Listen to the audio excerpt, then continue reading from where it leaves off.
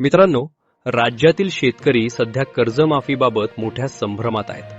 अर्थसंकल्प सादर करताना मुख्यमंत्री देवेंद्र फडणवीस यांनी 2 लाखांपर्यंत कर्जमाफी आणि नियमित कर्ज फेडणाऱ्या शेतकऱ्यांना 50,000 प्रोत्साहनपर रक्कम अशी मोठी घोषणा केली होती.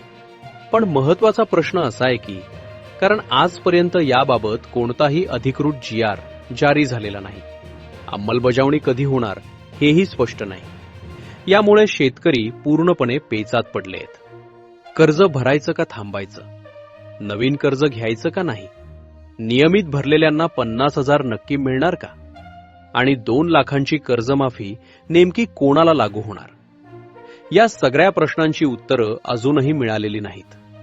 म्हणूनच आता शेतकऱ्यांची एकच मागणी आहे.